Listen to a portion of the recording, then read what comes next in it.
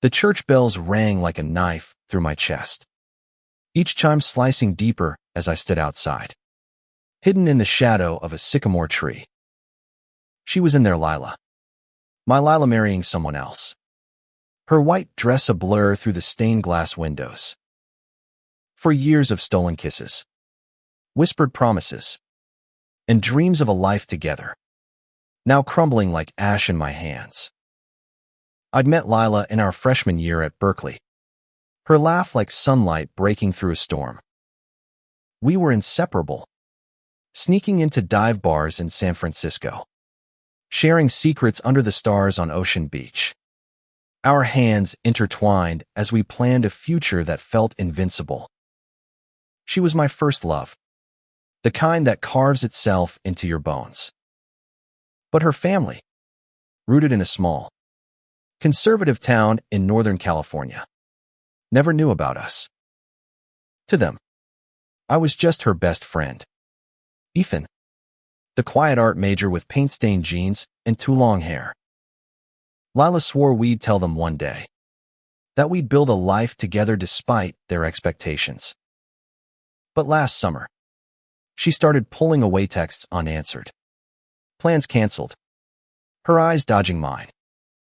Then, 3 months ago, she called me, voice trembling, to say she was engaged.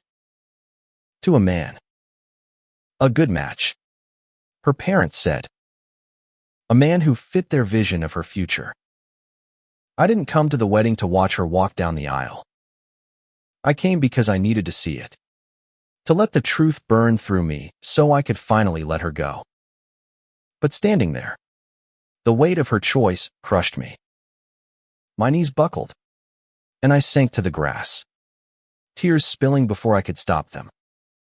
That's when I heard footsteps crunching behind me. Ethan.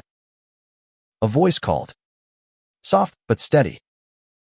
It was Caleb, Lila's older brother, his broad shoulders outlined against the fading light. He'd always been kind to me, the only one in her family who seemed to see Miral I see me. His dark eyes, so much like Lila's, held a quiet intensity as he knelt beside me. You shouldn't be here alone. I had to come. I choked out, wiping my face. I had to see it. Caleb's jaw tightened, and for a moment, he just sat with me, the silence heavy but not empty. He'd known about us, Lila had told him 2 years ago, swearing him to secrecy. He'd never judged, never pried, just offered quiet support. Like the time he drove us to a Pride event in Oakland when Lila's car broke down. Now, here he was again, his presence a lifeline I didn't expect. You loved her, he said. Not a question but a fact, his voice low and rough. And she loved you. But she chose this. Not because of you, Ethan. Because she was scared. I shook my head, the tears coming faster. For years. Caleb. For years. And I wasn't enough. He moved closer, his hand resting on my shoulder, warm and steady. You're more than enough. She just couldn't see it through. The bell stopped, and the church doors opened, spilling out laughter and music. I couldn't look. Caleb's hand tightened, and before I knew it, I was leaning into him, my face buried in his chest, sobbing like a child. His arms wrapped around me, strong and unyielding. And for the first time that day, I didn't feel like I was drowning. I'm here, he whispered, his breath warm against my hair. I've got you. We stayed like that, the world fading until it was just us. The ache in my chest easing with every heartbeat I felt against his. Caleb smelled of cedar and coffee, grounding me in a way I hadn't expected. When I finally pulled back, his eyes met mine, And something shifted, something I couldn't name, but felt in every fiber of my being. He reached up, brushing a tear from my cheek, his touch lingering longer than it should have. "I'm sorry," I mumbled, embarrassed, starting to pull away. But he caught my hand, his grip gentle but firm. "Don't be," he said, his voice barely above a whisper. "You don't have to go through this alone." The air between us felt charged, like the moment before a storm breaks. I'd always noticed Caleb, his quiet strength, the way he listened without pushing, the way his smile could light up a room. But I'd never let myself think of him that way. He was Lila's brother, off limits, a line I'd never cross. Yet here, in the wreckage of my heart, that line blurred. We didn't speak as we walked away from the church, the sounds of the reception fading behind us. He drove me to a diner on the edge of town, a neon-lit hole in the wall where we ordered coffee and pie we barely touched. Over the next hour, we talked not about Lila, but about everything else. His job as a high school counselor, my latest art project, the way the stars looked clearer out here than in the city. It was easy, like slipping into a song you've known forever. When he dropped me off at my apartment, the night was heavy with summer heat. I lingered by his truck, not ready to let go of whatever this was. "Thanks," I said, my voice small, "for being there." He looked at me, his eyes searching mine, and for a moment, I thought he might say something more. Instead, he nodded, his lips curving into a soft smile. "Anytime, Ethan." As his taillights disappeared, I stood there, my heart a tangle of grief and something new, something that felt dangerously like hope. The next few weeks were a blur of paint and sleepless nights. I threw myself into my art, filling canvases with jagged lines and stormy blues, trying to purge Lila from my system. But Caleb kept showing up in texts, in calls, in unexpected visits to the coffee shop where I worked part-time. He'd bring me sketches he'd found in old notebooks, ask about my paintings, or just sit with me in comfortable silence. Each time, that spark between us grew, undeniable but unspoken. One evening, he invited me to a local art fair, a small event in a park near Sacramento. We wandered through booths of pottery and watercolors, the air thick with the scent of grilled corn and jasmine. At one point, our hands brushed as we reached for the same flyer, and neither of us pulled away. My pulse raced, and when I glanced at him, his cheeks were flushed, his eyes bright with something I was afraid to name. "Ethan," he said later, as we sat on a bench under a string of fairy lights, "I need to tell you something." My heart stopped. "What?" He hesitated, running a hand through his dark hair. "I've always seen you. Even when you were with Lila. I saw how you loved her, how you fought for her. And I admired you for it. But now," he trailed off, his voice catching. "Now what?" I asked, my voice barely audible. He turned to me, his eyes locking onto mine. "Now I can't stop thinking about you." The world tilted. Before I could respond, he leaned in, his lips brushing Minea tentative, fleeting kiss that felt like a question. I answered by kissing him back, my hands finding his face, the taste of him like rain after a drought. It was reckless, messy, and perfect. But as we pulled apart, reality crashed in. He was Lila's brother. She was married now. But what would she think? What would their family think? And could I trust my heart again? so soon after it had been shattered. I don't know how to do this, I admitted, my voice shaking. Neither do I, he said, his hand still on mine. But I want to try. We didn't tell anyone about that kiss. Not at first. It felt too fragile, like a spark that could either light a fire or fizzle out. Caleb and I moved cautiously, stealing moments in quiet corners of Sacramento late night drives along the river, lunches at tucked-away cafes, his hand brushing mine under the table. Each touch was a secret, each glance a promise. But the weight of Lila loomed over us. An unspoken question neither of us dared to ask. What happens when she finds out?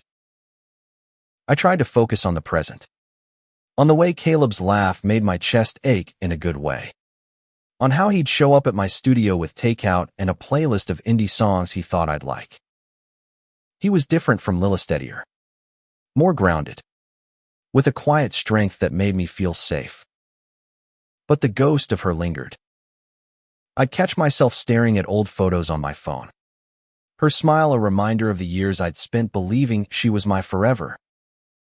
Letting go was harder than I'd thought, and loving Caleb felt like betraying her, even if she'd chosen someone else. One night, about a month after the art fair, Caleb invited me to his apartment for dinner. It was a small place, cluttered with books and mismatched furniture, but it felt like him, warm, unpretentious, real. He cooked pasta with a sauce he swore was his mom's recipe, though he admitted he'd probably messed it up. We laughed over wine, the kind that's cheap but tastes like a memory. After dinner, we sat on his couch, a record spinning softly in the background.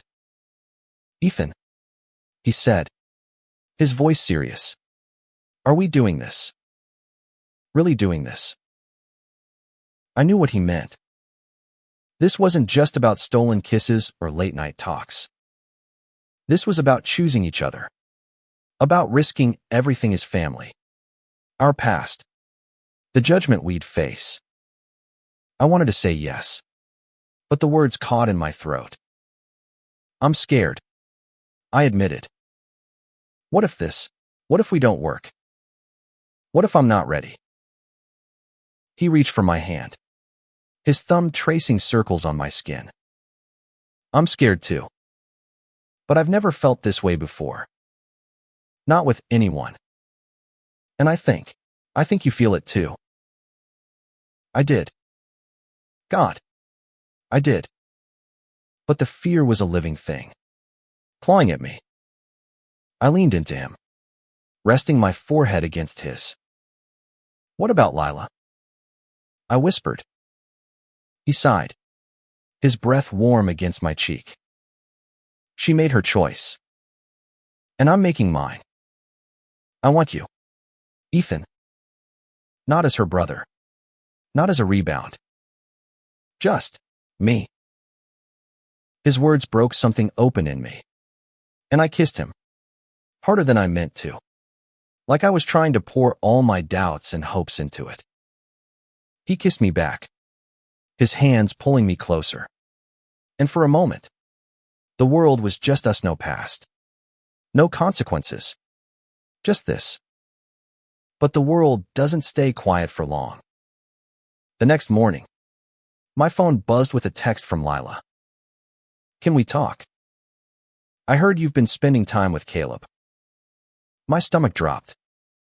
She was back from her honeymoon, and somehow, she knew. I showed Caleb the text, my hand shaking. "We have to tell her," he said, his voice steady but his eyes nervous. "She deserves to know from us, not someone else." I nodded, but dread pooled in my chest. We arranged to meet her at a park near her parents' house, a neutral place where we could talk without interruptions. When we arrived, Lila was already there, sitting on a bench, her hair pulled back, her face unreadable. She looked older, somehow, like the weight of her new life had settled into her bones. "Ethan," she said, standing as we approached. Her eyes flicked to Caleb, then back to me. "What's going on?" I opened my mouth, but nothing came out. Caleb stepped forward, his hand brushing mine for courage. "Lila, we're together. Ethan and I. It just happened." Her face froze, a mix of shock and something sharper betrayal. "Maybe. Or hurt. Together," she repeated, her voice rising. "My brother. After everything. Ethan." "It's not like that," I said, my voice cracking. "I loved you, Lila. I did. But you left. You chose someone else. You think that was easy for me?" She snapped, tears welling in her eyes. "I didn't want to hurt you. I thought you'd move on. But not with him." Caleb stayed quiet, but I could feel his tension, his hand hovering near mine. "Lila," I said, softer now. "I didn't plan this. Neither of us did. But it's real." She laughed, a bitter sound that cut through me. "Real? You're using my brother to get over me. That's what this is." "That's not true," Caleb said, his voice firm. "I care about him. More than you know." The air was thick with hurt, each of us standing on the edge of something we couldn't take back. Lila shook her head, wiping her eyes. "I need time," she said finally. I can't deal with this right now." She walked away, leaving us in the quiet of the park. Caleb took my hand, squeezing it gently. "She'll come around," he said, but I could hear the doubt in his voice. The next few weeks were a storm.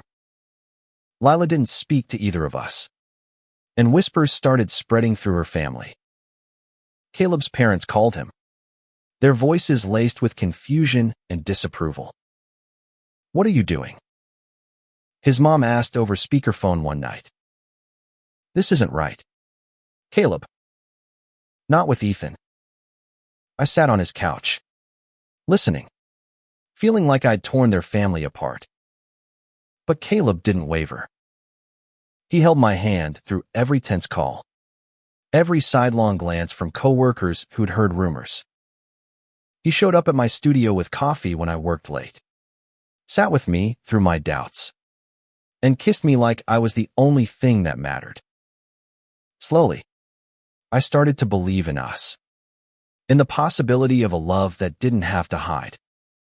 One night, as we lay in his bed, the city quiet outside, I traced the lines of his face in the dark.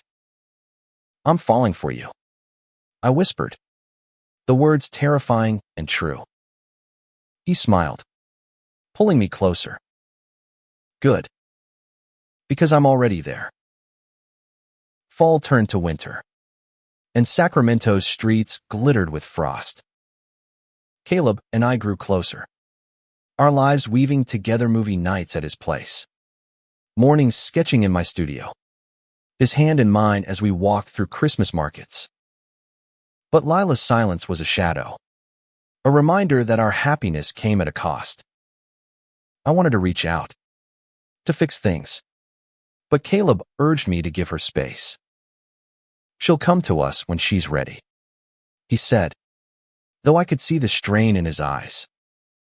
One evening, as we decorated a small Christmas tree in his living room, my phone rang. It was Lila. My heart raced as I answered, her voice soft but steady. "Can we meet? Just the three of us."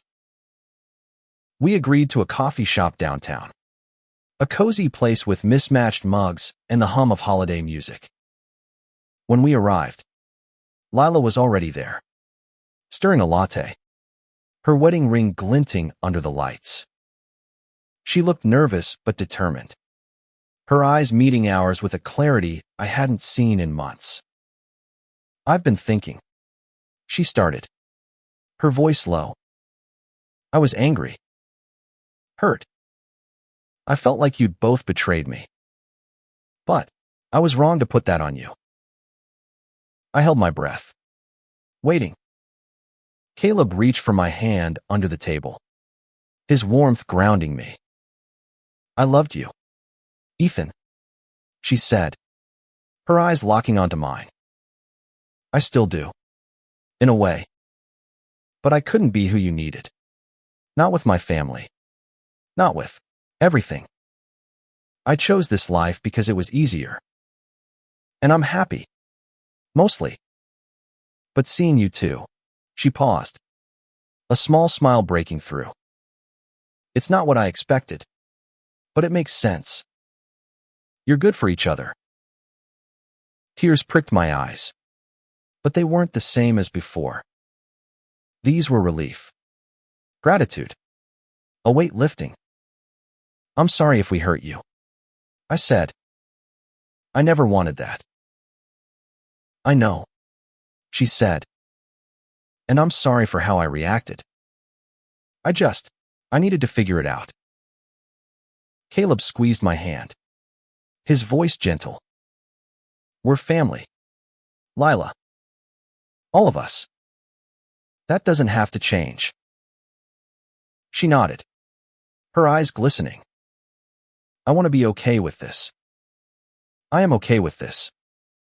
Just give me time to get used to it." We talked for hours, the tension melting into something softer. It wasn't perfect, but it was a start, a bridge back to her, to the family Caleb loved, to a future where we didn't have to hide.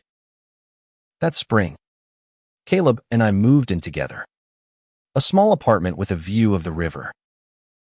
My paintings lined the walls, his books cluttered the shelves, and our lives fit together in a way that felt like home. Lila visited sometimes, her husband in tow, their laughter mingling with ours over shared dinners. Her parents were slower to come around, but Caleb's patience and my persistence wore them down. They didn't understand. Not fully, but they saw how we loved each other. And that was enough. One evening, as we sat on our balcony, the city lights reflecting on the water, Caleb pulled me close. "I never thought I'd find this," he said, his voice soft. "Not with you. Not like this." I kissed him, slow and sure, my heart full. "Me neither. But I'm glad we did." Our love wasn't a replacement for what I'd lost, it was something new, something stronger. It was built on heartbreak and healing, on courage and choice. And as I looked at Caleb, his eyes bright with the same love I felt, I knew we'd face whatever came next together. The world wasn't always kind to us. There were still whispers, judgments, moments of doubt. But we held on, our hands intertwined, our hearts open. Love, I learned, wasn't about perfection or ease. It was about showing up, even when it hurt, and choosing each other every day. And so, in the quiet moments when Caleb laughed at my terrible cooking, when we danced in our living room to songs only we knew, when he kissed me like I was his home, I found something I'd never expected, a love that didn't just survive the wreckage of my past, but grew from it, fierce and true.